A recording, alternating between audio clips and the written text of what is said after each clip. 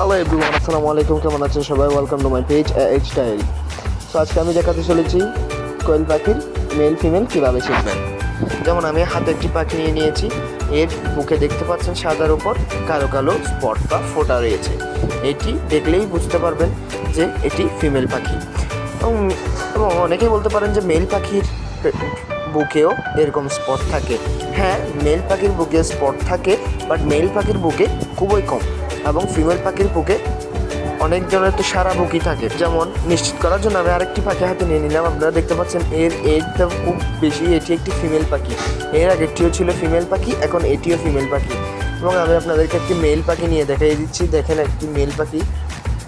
Mail পাখিগুলো এগুলো খুব চঞ্চল হয়, ধরতে অনেক কষ্ট হয়। সো মেল পাখিগুলোর জন্য আমি দেখতে পাচ্ছেন ধরতে অনেক কষ্ট হয়েছে। এই একটি মেল পাখি দেখেন, এর বুকে খয়েরি রঙের হয়ে থাকে বুক, এবং এর উপর কালো স্পট নেই।